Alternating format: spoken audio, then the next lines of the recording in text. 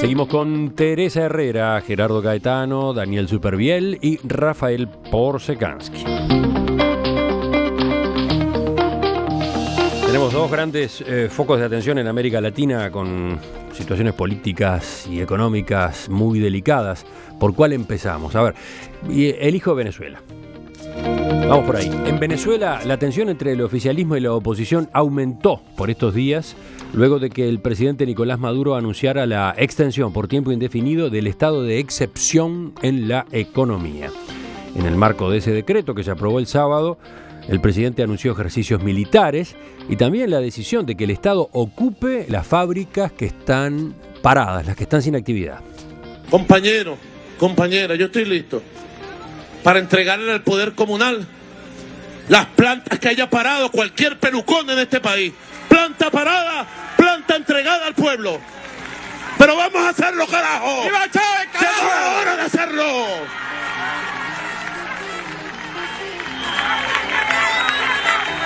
Así. Estoy listo para hacerlo y radicalizar la revolución. Además de ese estado de excepción, el gobierno ya advirtió que no permitirá la celebración de un referéndum revocatorio contra el mandato de Maduro, que ha impulsado la oposición, porque considera que en la recolección de firmas se falsificó adhesiones a efectos de llegar a los mínimos que requiere el mecanismo constitucional. En respuesta, líderes de la Mesa de la Unidad Democrática como Enrique Capriles aseguraron que puede venirse un estallido social, que ojo con que no haya referéndum. ¿Quién empieza? Bueno, Rafael. Arranco. Maduro estuvo hablando de defender a Venezuela con los fusiles y la Constitución. Y ya recién escuchamos este audio que creo que sobran las palabras. Se precisan aproximadamente unas 200.000 firmas para habilitar un referéndum revocatorio. La oposición venezolana consiguió 1.800.000 y Maduro se niega a habilitarlo. Creo que estamos ante un líder que tiene lo peor de Chávez y no tiene lo mejor de Chávez. Lo mejor de Chávez, que podía ser aquel carisma, aquel charme, el que llegó a decir que olía a azufre, refiriéndose a George W. Bush, que tenía su carisma el hombre, era indiscutible. Bueno, Maduro no tiene el carisma de Chávez, pero sí tiene el patoterismo de Chávez. Y acá lo estamos viendo. La situación en Venezuela, Gerardo en instancias pasadas manifestaba su preocupación de que en Brasil hubiera un choque social de envergadura. Yo tengo más miedo sobre Venezuela por la retórica particular que la oposición tampoco son angelitos, pero la retórica de este particular líder de lo que queda del chavismo es peligrosísima. Uh-huh. Y también me permito leer un párrafo final de una reflexión que hizo Jorge Barreiro, que estábamos conversando con Gerardo.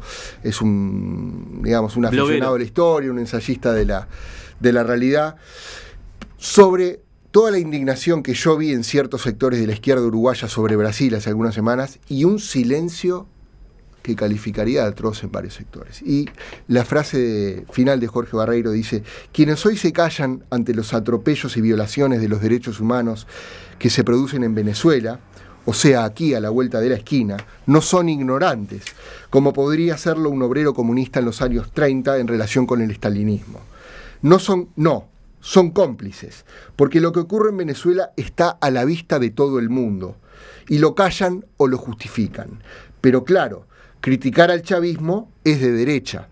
Díganme, ¿en qué izquierda se inspiran los que sepultan las libertades democráticas, reprimen, controlan a la justicia y dicen a quien quiera oírlos que jamás van a abandonar el poder?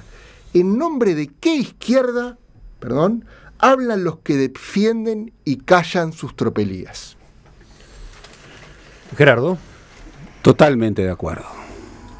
Totalmente de acuerdo. Es más, el doble rasero moral para juzgar dos situaciones quita absolutamente legitimidad moral para opinar. Nosotros tenemos en Colombia, en Venezuela, un presidente que está violando flagrantemente la Constitución bolivariana. Una constitución hecha durante la etapa cuando vivía el comandante Chávez, una constitución que, recordemos, creó 5 poderes, además de los clásicos poderes de ejecutivo, legislativo y judicial. Creó el poder moral, ya suena a totalitarismo mayor, un poder que puede desinvestir a jerarcas electos por el pueblo, y lo ha hecho de manera permanente, y creó el poder electoral. Era una constitución hecha para que el chavismo controlara absolutamente los 5 poderes. Lo que ocurrió es que la oposición ganó, y en buena ley, y en condiciones muy difíciles, con libertades recortadas, ganó nada menos que la Asamblea Legislativa. ¿Y ahora qué es lo que está haciendo el señor Maduro? El señor Maduro está tratando de evitar un recurso previsto en la Constitución bolivariana, que es el recurso revocatorio, con una finalidad muy clara. Si demora la aplicación del recurso revocatorio más allá del 10 de enero del año próximo, del 2017, sigue el vicepresidente, completa el periodo del vicepresidente. Si el recurso revocatorio se realiza este año... Si el referéndum. El referéndum revocatorio se realiza este año, cambia el gobierno, hay elecciones anticipadas. Ahora, si se realiza después de los 3 años, que es la mitad de mandato, no. Quien termina el mandato es el vicepresidente. Son artilugios, y aquí quien ha actuado con absoluta coherencia, es el secretario general de la OEA. Sí, señor. Sí. Que ha dicho cosas durísimas contra Venezuela y ha dicho cosas durísimas contra una situación realmente, ahora la vamos a considerar, realmente extraordinariamente preocupante, distinta pero extraordinariamente preocupante, que es Brasil. Entonces, realmente, yo nunca creí, que el chavismo fuera de izquierda. Y he escrito sobre esto hace más de una década. Nunca creí. Pero para la gran mayoría de las izquierdas latinoamericanas, el chavismo no es solamente izquierda, sino que es una referencia de las izquierdas. Bueno, yo comparto plenamente la pregunta de Barreiro. ¿Desde qué izquierda están hablando? Yo también me pregunto de qué izquierda están hablando. Nunca creí tampoco que ese modelo populista, autoritario, fuera realmente, tuviera algo que ver con la izquierda. Y yo realmente ayer pensaba, mientras estaba leyendo los materiales para hoy, además, bueno, uno todos los días que está en esto, yo decía, esa sí que es grieta, ¿no? Es decir, ese país dividido a la mitad, pero con una mayoría que ya votó de forma distinta, porque por algo el Parlamento tiene la composición que tiene en este momento en Venezuela, con una falta de respeto a esas mayorías y a esas voluntades, y con una preocupación muy intensa, porque además Venezuela tiene una gran tradición de violencia política, de violencia electoral. Yo recuerdo en las épocas doradas de la democracia cristiana venezolana, que ellos decían, cuando uno iba, decían, bueno, esta elección fue más o menos tranquila, hubo nada más que 40 o 50 muertos, ¿no? Entonces, bueno, mirá lo que está diciendo Enrique Capriles, uno de los líderes de la oposición. Yo llamo al país a desconocer el decreto presidencial si el gobierno pretende imponerlo. Este decreto que está acá se presta para cualquier cosa. Si Maduro quiere aplicarlo, que vaya preparando los tanques de guerra, que vaya sacando los aviones de guerra y los tanques a la calle, porque va a tener que aplicarlo por la vía de la fuerza. No vamos a aceptar ese decreto. Sería bueno saber la interna de las Fuerzas Armadas venezolanas. Las versiones dicen que por lo menos hasta hace muy poco las fuerzas, él ya había golpeado la puerta de los cuarteles varias veces y las Fuerzas Armadas le habían dicho que no se iban a meter en este tema. Acá volvió a apelar a la Fuerza Armada. Acá volvió a apelar y ya más públicamente, ¿no? Le pidió a la Fuerza Armada Nacional Bolivariana que decida si está con la Constitución o con Maduro. Esta será una decisión que le corresponderá a las Fuerzas Armadas tomar. Nosotros no queremos solución militar, por algo estamos buscando el revocatorio, estamos buscando la solución democrática, insistió Capriles. Pero ¿cómo puedes conseguir la solución democrática en un lugar que tiene un 700% de inflación anual, en un lugar donde no hay comida, ni papel higiénico, en un lugar donde en realidad el estado de caos es tremendo. Yo realmente me temo mucho, y espero equivocarme, pero Venezuela va camino a una probable guerra civil. Esperemos que no, pero realmente me lo temo. Salvo que se aplique el recurso. Salvo que se aplique el recurso. Me toca a mí un poco decir una cosa. A mí me llama profundamente la atención esta unanimidad. Estaba quedando atrás. Esta unanimidad que haya en esta mesa, porque acá el gobierno uruguayo le puso alfombra roja a Maduro, le puso alfombra roja a Chávez. Acá la FEU y el PIT-CNT siguen respaldando el gobierno de Maduro. Así que me parece que es de... Alabo la posición de Gerardo, que doy fe que en las clases de la Universidad de la República ha dicho lo que ha dicho acá, pero acá la izquierda uruguaya ahora pasó de pro-chavista a francotirador del gobierno de Maduro. Y ahí hay una voltereta en el aire que hay que hacerse cargo. Acá el presidente Mujica se puso el chaleco o la gabardina, no sé, el coso del gobierno venezolano, y fue a aplaudir como una foca a Maduro y a Chávez. Vamos a decir las cosas como son. Y yo respeto tu punto, Rafael, de que Chávez era carismático, Chávez era un personaje folclórico que le hizo terrible daño para mi juicio a América Latina, y decir que esa azufre cuando está en la ONU, cuando era el principal exportador de petróleo de Estados Unidos, me parece un juego para la demagogia populista terrible, que le ha hecho un daño terrible a América Latina, a Uruguay también por todos los negocios que hay. Así que vamos a poner las cosas donde están. Acá el Frente Amplio le puso alfombra roja al gobierno de Chávez y al gobierno de Maduro, y que ahora se haga cargo. Daniel, yo me mencionaba que Chávez, con todo lo que se le pudiera criticar, y no soy chavista precisamente, tenía capacidad de liderazgo. Claro. Algo de lo que Maduro carece. Tenía capacidad de liderazgo, era un líder. Eligió a Maduro. Como lo fue. Chávez eligió a Maduro. Así que ahora Chávez es el bueno y Maduro es el malo. Vamos a sincerar, señor. Pero ¿quién dijo que fuera el bueno y el... Pero por favor. Estoy hablando de que a veces hay malos, si lo quieres mirar desde un punto de vista ético, malos líderes que sin embargo son capaces de conducir el Estado. Maduro no tiene ni siquiera esa capacidad. Sí, yo también pondría una pregunta ahí, ¿no? ¿Realmente era capaz de conducir el Estado o se murió antes de que reventara la olla a presión que había estado alimentando él mismo, ¿no? Se murió con el barril de petróleo a más de $100. A más de $100, estamos jugando, quizás estamos jugando a Chávez porque muy claro. Me parece que porque vivió en el periodo en el que todavía no estaban todas las consecuencias de la forma como había manejado el país. Hay un nivel de habilidad diferente. Sin duda, hay una diferencia. Hay un nivel de habilidad diferente. Hay una diferencia. Hay una diferencia. Maduro para bien o para mal, es realismo mágico. Claro. Chávez también, pero en otro nivel. En otro nivel del realismo. En otro nivel. Ahora, yo, Daniel sabe que no me duelen prendas y que digo lo que pienso. Esto lo dije desde el arranque.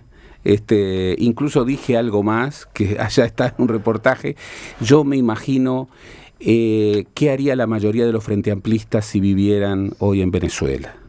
¿Serían opositores? Y estoy absolutamente seguro que serían opositores. No, yo no discrepo, disculpe. Estoy seguro una que serían parte del opositores. frente sí, otra parte estaría aplaudiendo a lo Chávez y a mismo Maduro. Que serían Vamos disidentes, a decir las cosas como son. Lo mismo que serían disidentes en un régimen como el cubano. Por eso coincido en que es inadmisible que un partido político que nació en defensa de la libertad y que tiene entre sus convicciones fundamentales la defensa de la libertad en todas sus dimensiones, en materia de política exterior, aplauda regímenes como el régimen de Chávez o el régimen cubano que claramente han violentado todas las pautas democráticas. Y esto, que siempre lo he dicho, lo digo particularmente frente a mis alumnos de la Universidad de la República. Entre otras cosas, Daniel da fe, porque muchas veces los jóvenes, con muchísimo idealismo, se encandilan. Hablemos de números. Venezuela obtiene el 96% de sus divisas vendiendo petróleo.